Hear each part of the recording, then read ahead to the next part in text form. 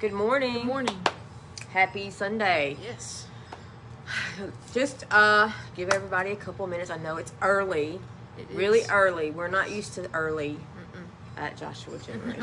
No. We are not. We are 11 a.m.ers here as a general rule. It's But new territory. New territory, yes. What we since we're no longer having the regular church services, we're doing the circle on Thursdays.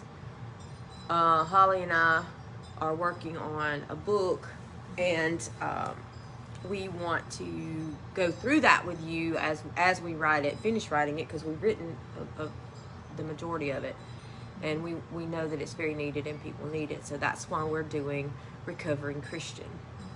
So that's what we're doing on Sunday mornings. This particular one, this first one, is online only. But after this week, we will open up the shop at the Red Jasper to people who want to come in and be a part of this program. And we'll go into what it is all about in just a few minutes. I want to give everybody a couple of minutes to get logged on. But we decided that this is really needed, and we would sacrifice our Sundays, Yes. sleeping in on Sundays, I'm going Right. to say, because it's 9 a.m. It's early Sorry. for a Sunday. But we decided that we wanted to do this because it's so needed, and I hope that you will join us and share this. If you know someone that needs it, tag them in it, share the video, and we will give you information on how to get involved if you want to start coming to the group and becoming a part of this. So, but that is what we're doing. So welcome to Recovering Christian. This is a self-help support group for people that have been hurt or traumatized by the church or organized religion or misuse of scriptures or mistranslations. So that's what this is. It's for people that have been hurt by the church. And there's a lot of people. Yes. I meet people all the time that what they say, I'll never step foot in the church again. Yeah. Because of the things that happened to them and the way they were treated. Good morning, Amber. How are you doing? Good morning, everyone. So if you are watching, get yourself a piece of paper or something that you can kind of write your questions down on if you have questions, because we're going to have a time for questions. And I really, good morning, Anise. I really want to have a moment of questions and answers, because that will help understand what this process is and what we're doing. Okay, so what exactly is spiritual abuse? And I want to read an article from Relevant Magazine by Dana Drum. It says, spiritual abuse is similar to other types of abuse, but it's committed under the banner of spirituality. It can be subtle or painfully loud, anything from unquestioned pastoral authority to practices of shaming others if they don't fulfill religious expectations, to bad-mouthing members who have left. I mean, Yeah. oh, that's pretty clear, and I think a lot of people who have ever been involved in a church have gone through a lot of those things. Oh, yeah. Absolutely. And so we've established what spiritual abuse is. So what is recovery? Now, this is from Google. The definition is Google. It is a return to normal state of health, mind, or strength. Now, I know that a lot of people that have suffered from spiritual abuse and have been hurt by church or church people, Christianity, cut by the sword of God, Right. have had a lot, I guess, normal state of mind is what I kind of want to focus on, because I know that oftentimes people who have been hurt by scripture they are told they're not good. They're told they're abominations. They're told that, you know, God doesn't love them, or they're sinners, and, you know, they're going to burn in hell. That's traumatizing. Oh, yeah. That's traumatizing, and it stays with you, and you think about it, and you worry about it, and you almost turn on yourself, and, you know, you kind of become a self-fulfilling prophecy. So Lao Tzu says the journey of 1,000 miles begins with a single step. And over the next several weeks, if you choose to participate, we will walk through 12 steps to find the healing for our souls, a normal state of mind, health and strength, returning to that normal state of mind. Okay, and this journey will begin with recognizing and acknowledging spiritual abuse.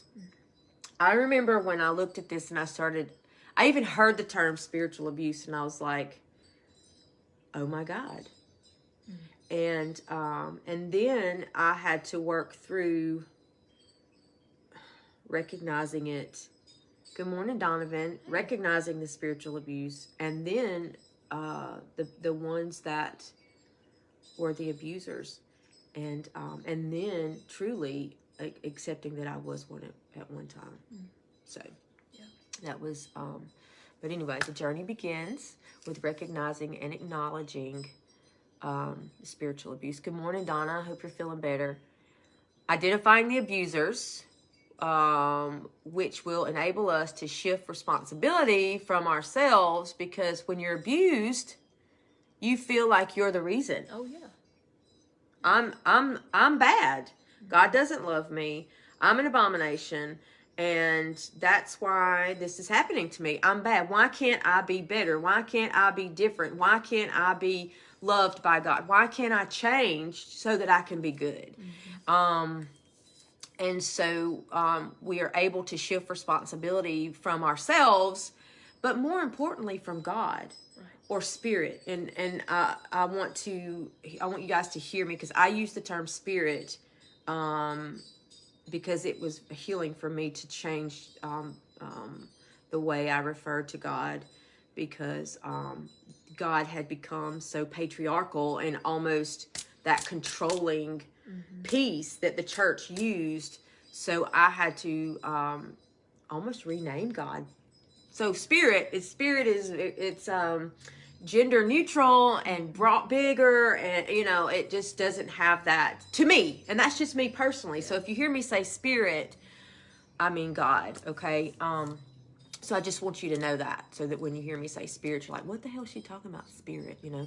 So I want you to understand that, because I will try to, you know, interchange the two. We will also be doing spiritual inventory to assess the damage that was done by the abuse. Now, these spiritual inventories, some people call it shadow work. And that's really what it is. You really go into that place and start to look at some things, and we will explore, we will uncover and discover a lot.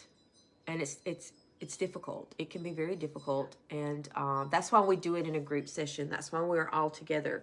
Because you don't want to do it alone. This is not something you want to do alone. We need a support system. Good morning, Sandy.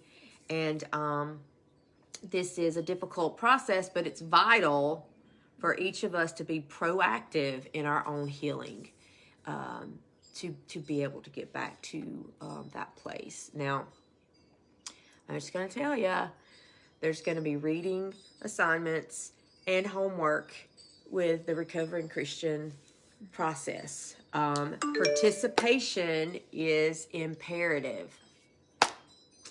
Participation, if you want this to work, you have to work it. Anything you do, if you want it to work, you have to work it. And participation is imperative. Hey, good morning, Angela. So if you just come, and this, if you don't want to participate, that's fine. If you want to come and just sit and not do the work, that's up to you 100%, you know, but understanding that participation is imperative in this process. Good morning, Lisa. How are you? And this is a very personal undertaking. And each experience of each person is completely unique. We must allow one another to move at their own pace. We don't want to push anybody. We don't want to, you know, force anyone to go faster or slower. It's completely at your own pace, and you only have to share what you feel comfortable in sharing. But I will say this, journaling is the foundation of this process. If this is something you want to do, if you have been hurt by the church, please come and give this a try. Every time I do it, this is what, the third time, fourth time? I've lost count, yeah. That we've done this. Each time that I do it, I find something else. Yes. I think, oh my gosh, and then there I go. You know, I heal more each time I do it, and that's one reason why journaling is so important, because you get to go back and see what happened, and then it's going to kind of build on itself, right? Yes. Each week we will build on the week before, and the journal kind of becomes the blueprint for what we're doing, and it keeps track of where we've been and what needs to be done, and you'll kind of go back and go, wow. So it's really important. I know, Sandy, you have to write. If you're going to do this, you have to write. And the thing is we're going to do it live. So you know, you can come in person if you want to. It's very powerful. Oh yeah. It's very powerful in person. But we will be doing it online as well, so you can join the live stream, or you can come in person. But I do encourage you to come in person, just because the connection is, and you can feel the energy, and it's just it's better in person. I'll just tell you, it's better in person. So you may want to just go ahead and etch out Sunday mornings at 9 a.m. For your recovery. Okay. I want to say this, and I may say this 5 times. Good. There is no hidden Christian agenda. 0. I repeat, there is no hidden Christian agenda. But we do hope to facilitate a reconciliation and ultimately unity with Spirit. Okay? Because the one thing that was hardest for me was separating God from abuse. God from the abuse, or the abusers. Right. So we hope that you are able to redefine your spiritual identity and relationship with God is Spirit. Okay? And that's very important, that you get to determine your spiritual identity and relationship with God. And it doesn't have to look like the church, and it doesn't have to look like a doctrine or a dogma or Christianity even. It's your oneness, okay, with Spirit. And that's what we want to see happen ultimately. We want you to be healed and reconciled with Spirit. Okay? All right. Now, Holly and I are going to share a little bit of our stories, and we want you to see just how different yet equally damaging spiritual abuse can be. It's like the quote earlier, abuse can be bold and in your face, or it can be an undertone of control or misuse of Scripture. Now, our you heard that, Mississippi, didn't you? Our experiences were vastly different. Oh yeah. Like, mine was, drag her out and hang her at the, burn her at the stake, and it was abrupt. And overt. Yes. And it happened very quickly. But yours was over time. Yeah. Yeah. It was. It was that slow. Yeah. Go ahead and explain that. Part of that was, I won't say my fault, but part of it evolved and unfolded because of my personal aversion to conflict.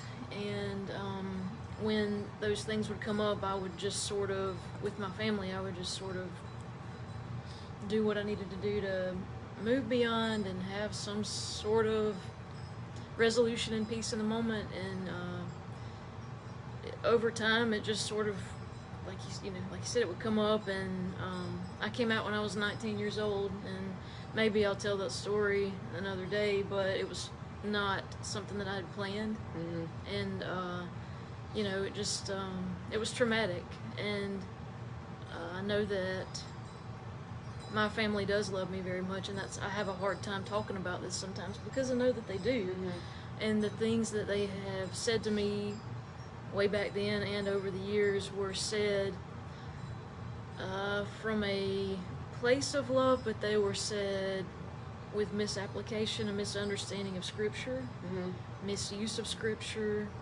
I think I said to you earlier, mistaken identity, placing the literal King James Bible in the place of God said. It's very different. King James said. Yeah, right. Yeah, and, absolutely. So it's they inherited a tradition that they just sort of carried on, and they wound up with a lesbian daughter. And right. There's no chapter for that in Proverbs. You don't. Right. So exactly.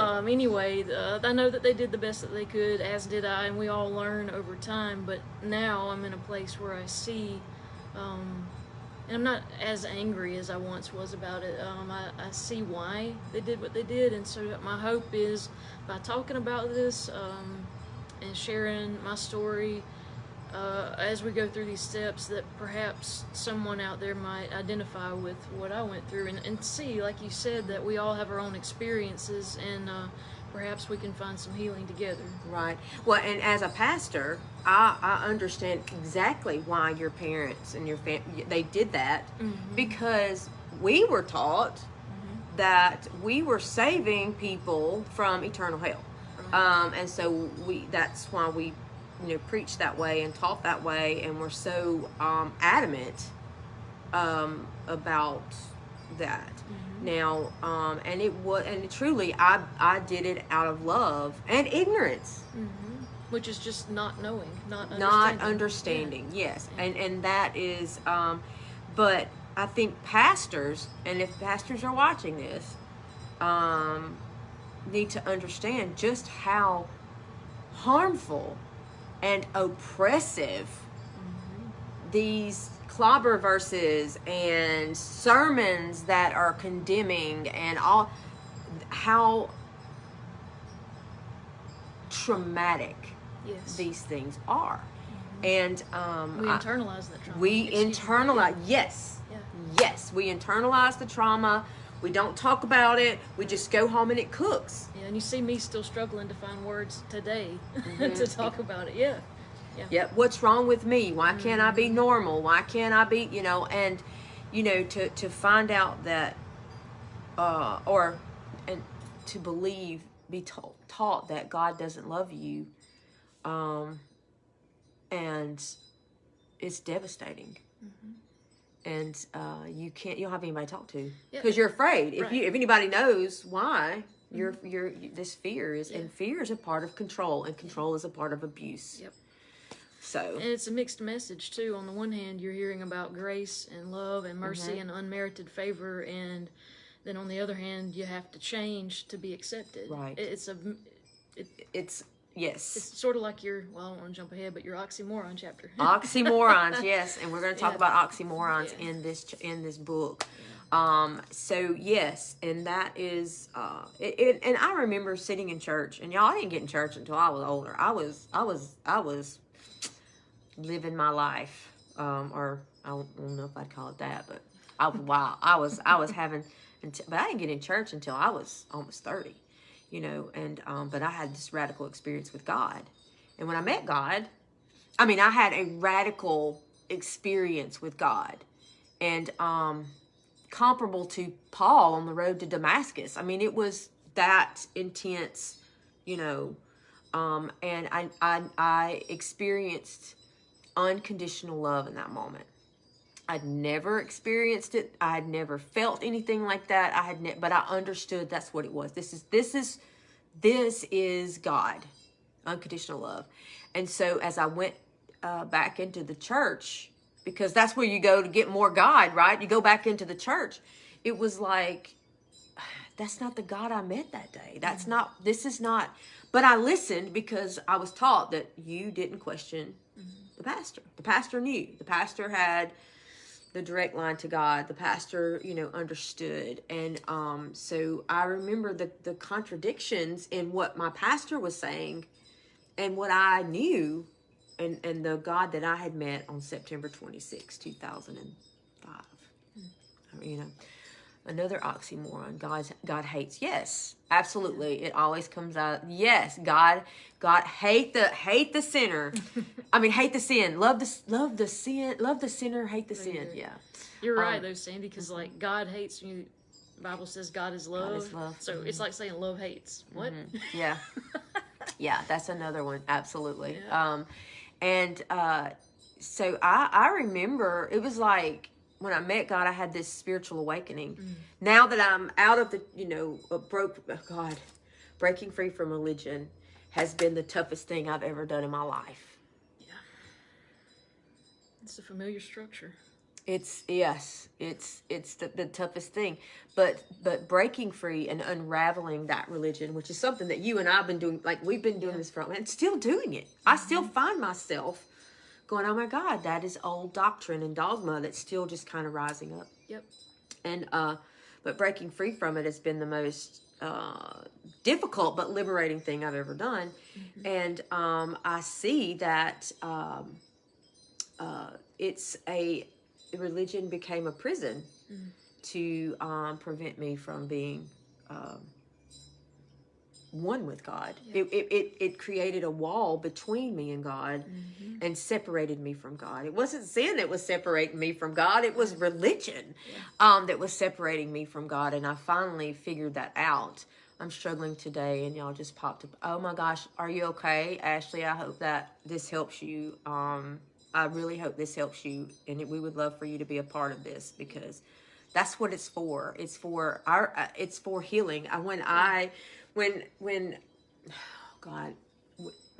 was churched, basically, I had nobody to talk to. I didn't have anybody to talk to. Pastor Brandolin went from hometown hero to local abomination. And I had to kind of work through that. Me and God.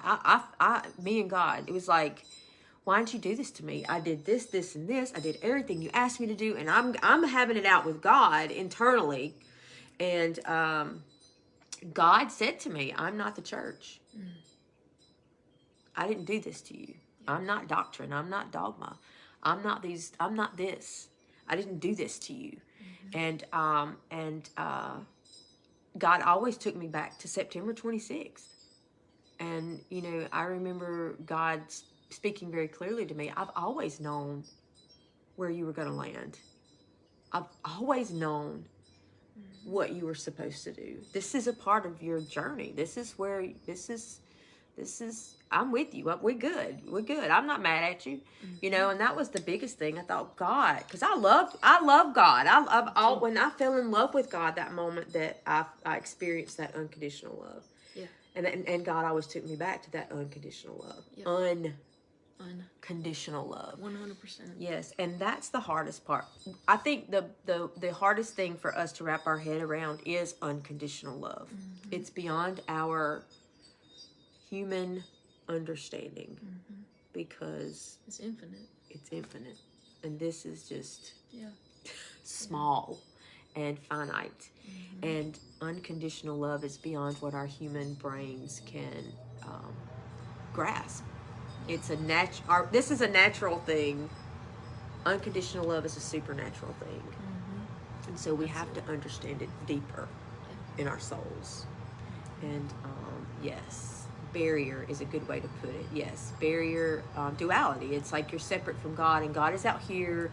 And if you don't pray the right prayer, act the right way, love the right way, believe the right way, you're separate from God, and that's I don't believe that anymore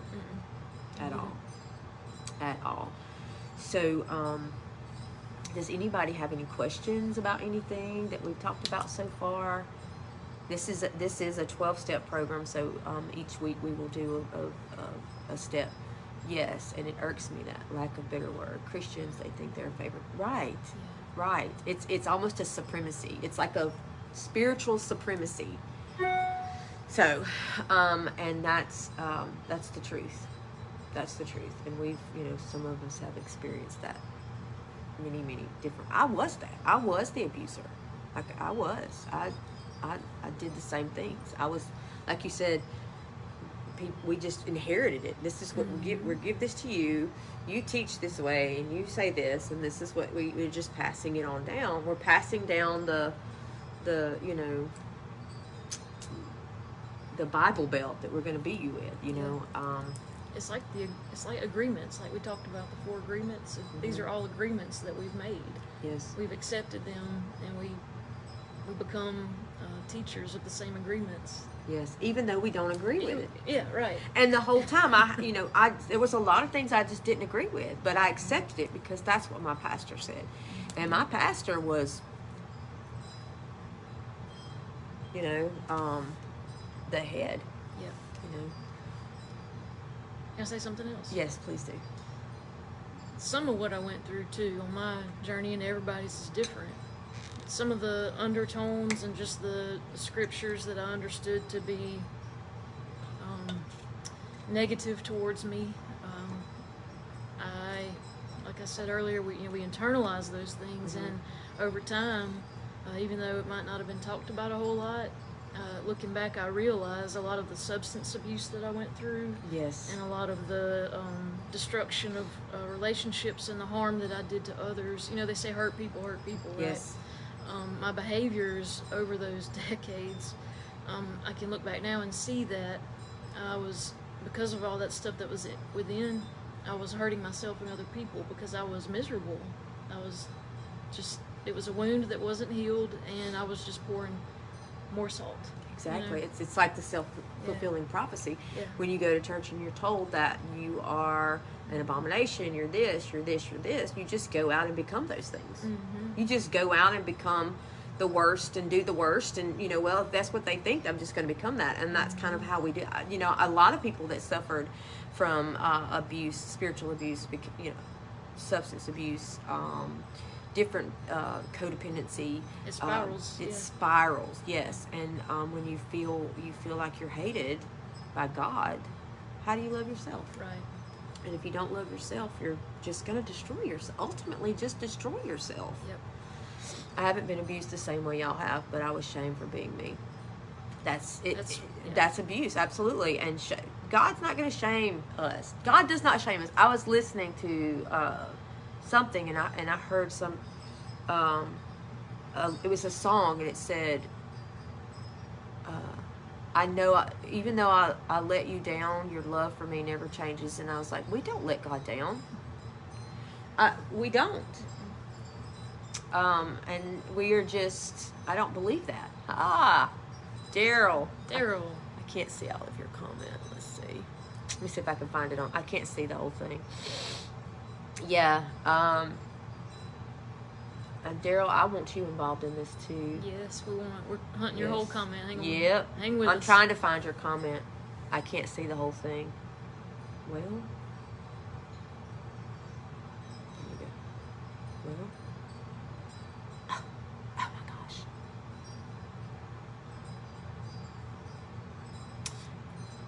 I can't find it. We could see part of it. I could see part of it.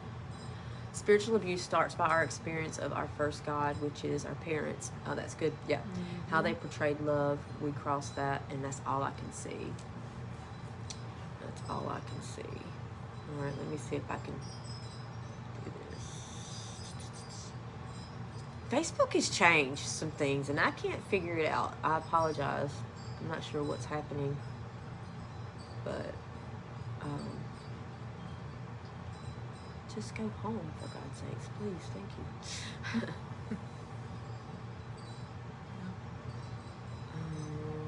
Okay. What did I just do? I think I just started a new business page. I did not mean to do that. Branching out. Let's see.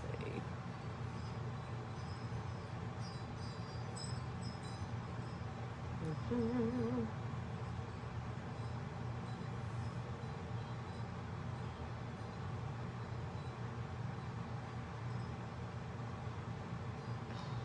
know where it is. There it is. There it is. I found it. Okay. Almost there. I want to read your comment, Daryl. Spiritual abuse starts by our experience with our first God, which is our parents, how they portrayed love. We cross that definition and understanding of love to God. That's right. And that's why we may stay in that abusive spiritual. Yes, yes, absolutely. Yes. And that's interesting that you said that, because my dad left when I was like 9, left my mom, and that was very devastating. I was, daddy's girl, whatever, and I didn't really have much of a relationship with him. It was kind of weird after that, and then he had another daughter, and it just was hard. It was, and my pastor became my father, like, and he would call it, he would say, I'm your daddy, and like he became that father figure that I needed. And so that I wanted to do everything that I possibly could to please him, and to be the good daughter, and to be obedient, because that was the mark of a mature Christian, was spiritual obedience. Okay. And in some churches, a good woman, like gender, is to obey. Yeah, obey. Yeah, and that was the thing. That was it. Like my associate pastor even said that to me. The mark of a mature Christian is obedience. Is and so that you didn't dare go against that, and so that made it even harder when God spoke directly to me and told me to leave, and I couldn't. I didn't know how. I didn't know how. And I finally said, "You're gonna have to move me," and move me indeed. But yeah, I understand that it was that was part of the hook that had me as well. But good morning, everybody. Good morning. So yeah, obedience. I think that word obedience. That's part of the control of abuse, spiritual abuse. Right. And so we're going to cover all of that in this process. And if this is something that you want to do, we'll have please let us know, because we will have packets for you. We'll print out each chapter each week, and you will be able to go through it, and we can work through this together. And if you know anyone that would like to participate, please let us know, and we will get more prepared for them as well. Is there any other questions? Oops. I think for me, it's been important, and it may not matter to some people, but as you know, BB, I've been reading some books and listening to some things about the history of the organized church. One book in particular, the Gnostic Gospels. Yes. It talks a lot about why and how the Catholic Church at first unfolded, and then how things evolved, from there, and what scriptures were included as canon and what wasn't. Right. And in the backstory of some of that, I can see spiritual abuse happening way back then. Yes. It was about control, and when people and egos get involved, it tends to become about control. Like yes, politics got involved, money got involved, and it was just it was all tangled up into one. But I can see this. Well, I guess what I'm saying is this isn't like new to 2021. This has been going on for thousands of years, since the beginning. Yeah. Yes, absolutely. Yeah. And that's that Jesus came to tear down the system that controls, that abuses. Yeah. He even called the Pharisees, the preachers, y'all. Yes. The Pharisees, the preachers. He called them a brood of vipers. And then described exactly what the preachers still do today. Yes. So we can talk about some of that along the way. Yes, we will. We absolutely will. Sorry, I get a little I get a little triggered sometimes. But, you know, we want to offer this for you. And please, Daryl, we would really like for you to kind of be involved. I think it would be really good Yes. to have your voice and so to be in this as well. So definitely, I always go back to the verse, Christ saying, hinder not the little children to come unto me. Mm-hmm. And then that's exactly what they do with the spiritual abuse and use the Bible. Yes, absolutely. Absolutely. And exactly. Because the baby, like, I remember when I first met God, I was like overwhelmed is not even a word that even closely describes what I was by spirit. And I was getting like I understood and I knew, and then the church blocked me, and I tried to explain. I wanted somebody to understand what I was feeling and what I was experiencing with God, and they just no, you know, it was like no, you know, no, slow down, you, and just blocked me, absolutely blocked what God was doing in me. And I tell people often, I even have paintings to represent it. I had a spiritual awakening, and the church put me to sleep. Just 100%. So yes, that's exactly right, Sherry. That's exactly right. I hope I'm not missing comments because I'm not seeing them roll on the phone anymore. Yeah, if we scroll, will it do it? I don't. Oh, there we go. There it is. Oh, you're so smart. I have my moments. Yeah. So that's what we're going to be doing. We're going to go through, and I'm Sandy, you said you didn't experience things the way that we did, and I didn't experience things the way Holly did, and Holly didn't experience things the way I did. Now, I will say this. Spiritual abuse doesn't just happen with family members or church members. It happens all the time. Right. I don't know if you've seen some of the posts on social media, but that is spiritual abuse. When people are just posting these holier than thou Facebook statuses, that's abuse. And it's broad because it goes all over the www, and it has no boundaries. It can go and people just share it and think that they're holy. Right. And they're doing God's will, bashing people with doctrine, you know, and yeah, they acted like a brood of vipers. Yes. And that's what we want to get through. We hope that, and this is where I'm trying to get, like, I have to be very careful. What's the word I'm looking for? I have to separate the abusive Christians from the ones that aren't. Yeah. So that's still kind of hard for me. And it's still hard for me to do that. So that's where I'm at. That's what I hope to get out of this round of Recovering Christian, to be able to know that not every person that identifies as a Christian is an abuser. Right. And that's kind of hard for me. But I'm working on it. Because I know a lot of good, like, I know a lot. I know lots, you know, lots. And so I have to be, you know, very careful not to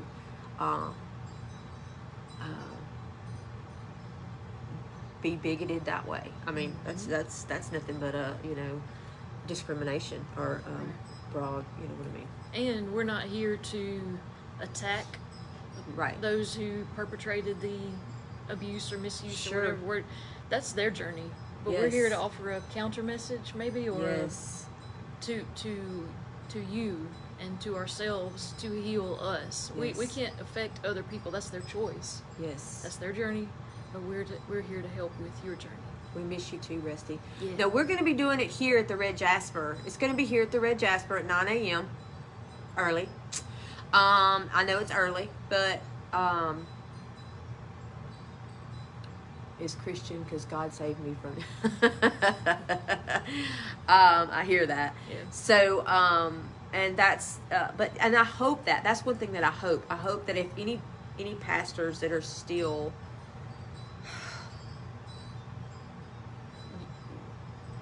using the Bible as a weapon hear how harmful and hurtful and traumatizing it is for people.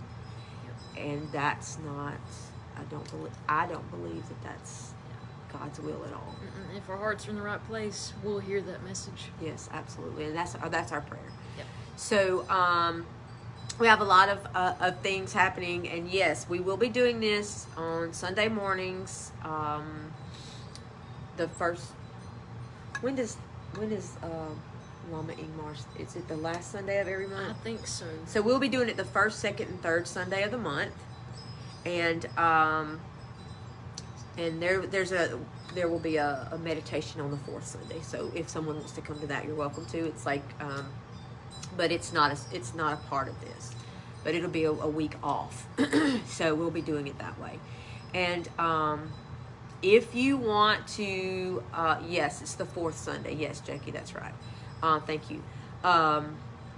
If you want to participate, please let us know. You can comment, or you can send myself or Holly a message, or the church. You can send to the Joshua Generation. You can send a message there, because we want to get packets together, and so that you will be able to go with us on this journey. I really would love it if each of you that are local are able to come in person, because that's what it's the group atmosphere that really creates a space, a safe space for healing, and you really feel that energy when you come in person. So follower of the way, yes, absolutely. I like that term too. Yeah, that's in the book too.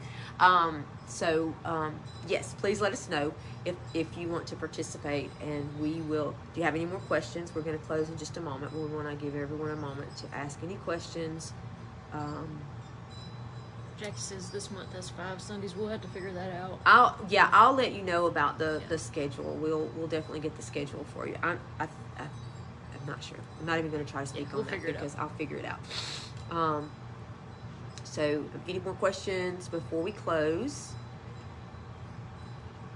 If you know someone that will, that this will help, please let them know.